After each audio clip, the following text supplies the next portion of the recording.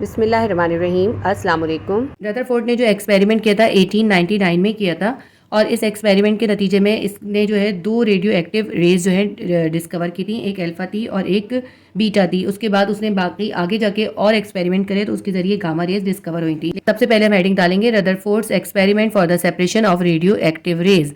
इससे पहले क्लास 9 में आपने रदरफोर्ड का एक एक्सपेरिमेंट किया था, गोल्ड फॉयल एक्सपेरिमेंट। वो जो एक्सपेरिमेंट था वो एक्सपेरिमेंट तो एटम का न्यूक्लियस डिस्कवर करने का था, लेकिन ये डिफरेंट एक्सपेरिमेंट है और इस एक्सपेरिमेंट को उसने 1899 में कंडक्ट किया था। तो अब हम सबसे पहले हेडिंग डालेंगे Rutherford's experiment for the separation of radioactive rays. Experiment conducted by British physicist Ernest Rutherford in 1899। 1899 में ब्रिटिश फिजिसिस्ट था अर्नेस्ट रदरफोर्ड, उसने ये एक्सपेरिमेंट कंडक्ट किया था। Showed that radioactive substances emit more than one kind of radiation. इस experiment के जरिए उसने ये साबित करा कि जो रेडियो एक्टिव सब्सटेंसेज होते हैं उनके अंदर से जो रेडिएशंस हो रही होती हैं, जो रेडिएशंस इमिट हो रही होती हैं, वो एक किस्म की रेडिएशन नहीं होती है बल्कि कई किस्म की रेडिएशंस होती हैं। रदरफोर्ड के एक्सपेरिमेंट को पहले मैं आपको इस डायग्राम से समझाऊंगी कि किस तरह से उसने ये जो है एक्सपेरिमेंट कंडक्ट करा था। देखिए, उसने जो है दो मेटल की प्लेट्स ली, एक मेटल की प्लेट है, एक ये मेटल की प्लेट है। एक मेटल प्लेट को उसने पॉजिटिव टर्मिनल से कनेक्ट करा और एक को नेगेटिव टर्मिनल से कनेक्ट करा, जिसकी वजह से क्या हुआ, एक प्लेट के ऊपर पॉजिटिव पोटेंशियल आ गया और एक प्लेट के ऊपर नेगेटिव पोटेंशियल आ गया। दोनों के दरमियान क्योंकि एक पे पॉजिटिव एक पे नेगेटिव चार्ज हो गया, इसकी वजह से इनके दरमियान इलेक्ट्रिक फील्ड पैदा हो गई। फिर उसने एक रेडियो एक्टिव सब्सटेंस ली या यूरेनियम लिया। यूरेनियम भी एक रेडियो एक्टिव सब्सटेंस है। तो उसने एक रेडियो एक्टिव सब्सटेंस को, ये सैंपल को एक लेड बॉक्स के अंदर रख के इस इलेक्ट्रिक फील्ड के अंदर रख दिया। इलेक्ट्रिक फील्ड के अंदर रखने के बाद ये ऑब्जर्व किया गया कि इसमें से जो रेडिएशंस निकल रही थी वो मुख्तलिफ डायरेक्शंस के अंदर डिफ्लेक्ट हो गई। कुछ रेडिएशंस जो थी वो नेगेटिव प्लेट की तरफ चली गई, कुछ रेडिएशन सीधी चली गई और वो डिफ्लेक्ट नहीं हुई, और कुछ रेडिएशंस जो थी वो पॉजिटिव प्लेट की तरफ डिफ्लेक्ट हो गई। इससे ये पता चला कि जो रेडिएशन जो है नेगेटिव प्लेट की तरफ गई हैं उनके ऊपर पॉजिटिव चार्ज है और उनका नाम रखा गया अल्फा पार्टिकल। तो ये जो अल्फा रेस थी ये नेगेटिव प्लेट की तरफ इसलिए गई क्योंकि इनके ऊपर पॉजिटिव चार्ज था, और जो रेडिएशन सीधी गई डिफ्लेक्ट नहीं हुई तो उनके ऊपर कोई चार्ज नहीं था, उनका नाम रखा गया गामा रेज। ठीक है, ये है गामा रेज। जो रेडिएशन जो है पॉजिटिव प्लेट की तरफ गई उनका नाम रखा गया बीटा रेज, और उनको इसलिए पॉजिटिव प्लेट की तरफ गई क्योंकि उनके ऊपर नेगेटिव चार्ज था। क्योंकि बीटा के ऊपर नेगेटिव चार्ज था इसलिए वो पॉजिटिव प्लेट की तरफ गई। अल्फा के ऊपर पॉजिटिव चार्ज था, वो नेगेटिव प्लेट की तरफ गई। क्योंकि गामा रेज के ऊपर कोई चार्ज नहीं है इसलिए उन्होंने कोई डिफ्लेक्शन शो नहीं करा, ना ही वो नेगेटिव प्लेट की तरफ गई और ना ही पॉजिटिव प्लेट की तरफ, बल्कि वो स्ट्रेट पैथ पे गई।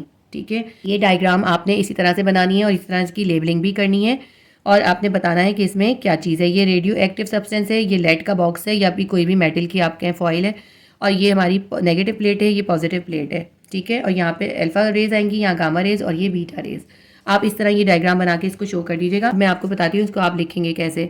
एक्सपेरिमेंट की हेडिंग डालेंगे, हम लिखेंगे a sample of radio active source uranium was placed between two opposite charge metal plates.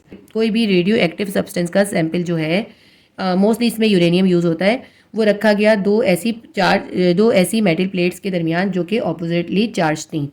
एक पे पॉजिटिव चार्ज था, एक पे नेगेटिव चार्ज था। Placing a metal foil on the top of the uranium या रेडियो एक्टिव सोर्स। जो भी radio active का सैंपल हमने रखा है उसके ऊपर मेटल का फॉइल जो है, उसके टॉप के ऊपर मेटल का फॉइल प्लेस कर दिया।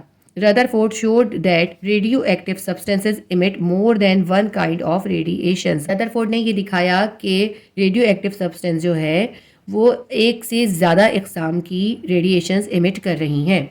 दिस रिजल्ट डिस्क्राइब दैट, ये रिजल्ट हमें बताता है कि इसमें से तीन किस्म के पार्टिकल्स जो हैं या तीन किस्म की रेज जो हैं वो डिफ्लेक्ट होंगी। सबसे पहली हेडिंग हम डालेंगे alpha particle. Alpha rays deflected towards negatively charge metal plate. Alpha rays जो होंगी वो मेटल की नेगेटिवली चार्ज प्लेट की तरफ डिफ्लेक्ट होंगी। सो दे कंटेन पॉजिटिव चार्ज। इसका मतलब है कि उनके ऊपर पॉजिटिव चार्ज है।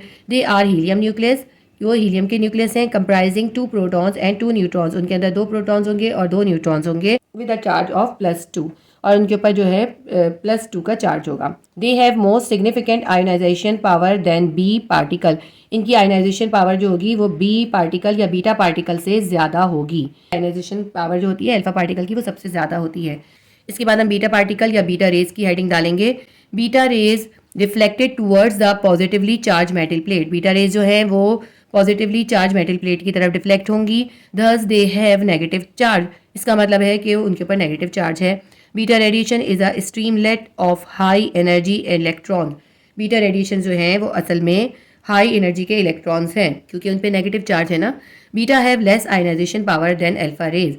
बीटा की जो आयनाइजेशन पावर है वो अल्फा से कम होती है। उसके बाद हम डालेंगे गामा पार्टिकल्स या gamma rays. Gamma rays are not deflected by the field, thus carry no electric charge. Gamma rays जो है इलेक्ट्रिक फील्ड के अंदर डिफ्लेक्ट नहीं हो रही, इसका मतलब है उनके पास कोई चार्ज नहीं है। Gamma radiations are protons that are electromagnetic radiations of ultra high frequency.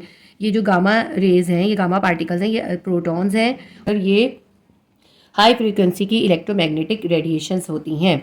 Gamma rays have less ionisation power than beta rays. Gamma rays की आयनाइजेशन पावर जो होती है बीटा रेज से भी कम होती है। सबसे कम जो आयनाइजेशन पावर होती है वो गामा रेज की होती है, उनसे ज़्यादा बीटा की होती है और उनसे भी ज़्यादा जो होती है अल्फा की होती है। बस यहाँ तक आपका आंसर कंप्लीट हो गया। इसी तरह आप ये आंसर लिखिएगा और ये वाली डायग्राम ज़रूर बनाइएगा, तो आपको इंशाल्लाह ताला इसमें पूरे नंबर मिल जाएंगे। Please do like, share and subscribe my channel. Allah Hafiz.